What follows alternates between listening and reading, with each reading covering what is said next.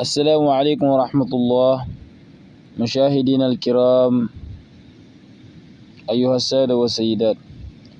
waaw tey ñoo ngi ñëw ci beneen leçon alfaa'il mais nag dañ cee ñëw ak beneen téere bu ñuy wax naxul waadix. bon bëggoon ngeen testé ko ñu ngeen xool nu mu mel ngeen wax ñu ko ci commentaire yi. tey naxul waadix la ñuy jàngale faa'il ginnaaw bi ñu ko jàngalee ak suñu méthode ba pare tey dañoo dem xooli naxul waadix moom nan la jàngalee faa'il. moom dalay jox am silam ay misaal la lay jox ba pare bu la joxee ay misaal ba pare faram fàcceel la ko door a ñëw nag door di la wax li nga xamante ni moom mooy qaayida. ñu dem mu ne alfaa'ilu waxoon naa la mooy ki jëf-jëf ji ginnaaw bu ma la waxee lan mooy fi'lu ginnaaw bi nga xamee luy jëf kon mënoo wax jëf te amul ku ko jëf kon jëf ji ki ko jëf foog jëf am. moo tax mu ne al amthila misaal yaa ngi noonu taara naaw na al usfuru picc mi jara daw na al xisaanu fas bi laiba foona al waladu xale bi yauudu moo ngi dellu asamaku jën bi yalsiu mu ngi mat al baudu yoo bi taakulu moo ngi lekk al bintu xale bu jigéen. ñoo si al bahs mu ne al amthilatu saabiqatu misaal yi weesu nii kullaha yëpp jumalun ay jumla lañ wa kullu jumlatin te bépp jumla minha ci ñoom tatakawunu moo ngi composé wu min fi'lin ci fi'l ak wasmin ak ismu maanaam waxagula luy faa'il mais bu si nekk dafay nekk fi'l ismu comme taara fi'l al unsur ismu jara fi'l al xisaanu ismu la'iba fi'l al waladu ismu gis ngeen.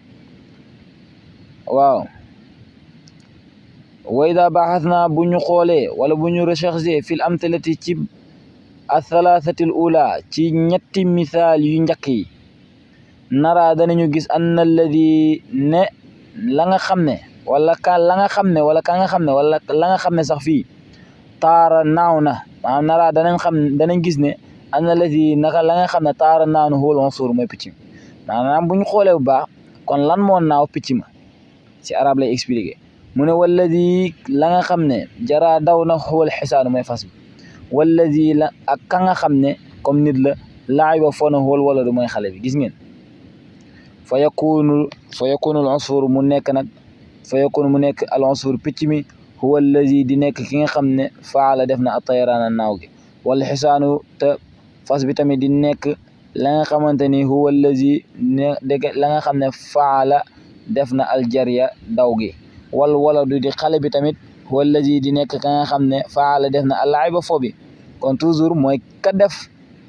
naaw ga muy picc ma ka def daw ga muy fas wa ak ka def fo ma muy xale ba mu ni wali dalika looloo tax yu sama def na tuddee kullu waxidin bu si nekk min haadihi al asma ci tur yi nii di al unsur al xisaanu di wal waladu athalaasa yi da ñett faa'ilan ab faa'il mooy ki jëf-jëf ji wa kada na ko noonu yuqaalu dañuy wax tamit fi baqiyatil amsila ci misaali mujj ya comme yaudu ma ngay del asamaku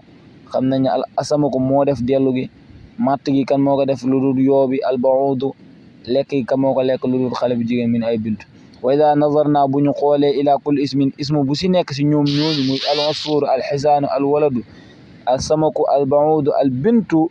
buñ leen xoolee fil amsili saabiq si misaal yi weesu nii wajadnaaw dañ leen fekk masbuqan da nga xamante ne daf leen jiitu bi fi'lin ab fi'lu da leen jiitu comme al unsur ismu boobu la moo ko jiitu taara fi'lu jara tamit jiitu na alxisaanu fas bi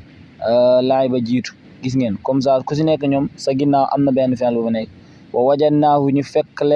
fekk leen sax wala ñu fekk ko wa wajadnaa axirahu ca ginnaawam maanaam ca fin ba astaghfirullah si fin ba kon lan la doon mu ne marfu'an dara lu ñu dàmm al unsuru la ñu wax duñu wax ra alxisaanu ñoom ñëpp dañ leen dàmm kon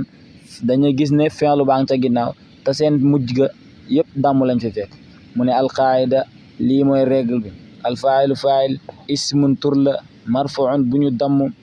taqaddamu jiitu na ko fi'lun ab jëf wa dalla mu tegtale ala allazi ca ka nga xam ne faala def na al fi'la jëf ji. waaw mu doo après mu jox leen ay tamarin ngeen def su fekkee ne neex na am na solo comprendre ngeen yaakaar ngeen méthodologie bu am solo la ma jëlale naxul waade incha allah faram fàcceel leen ko benn par benn. waaw likez, aimez et partagez. Wassalamu alaikum wa rahmatullah.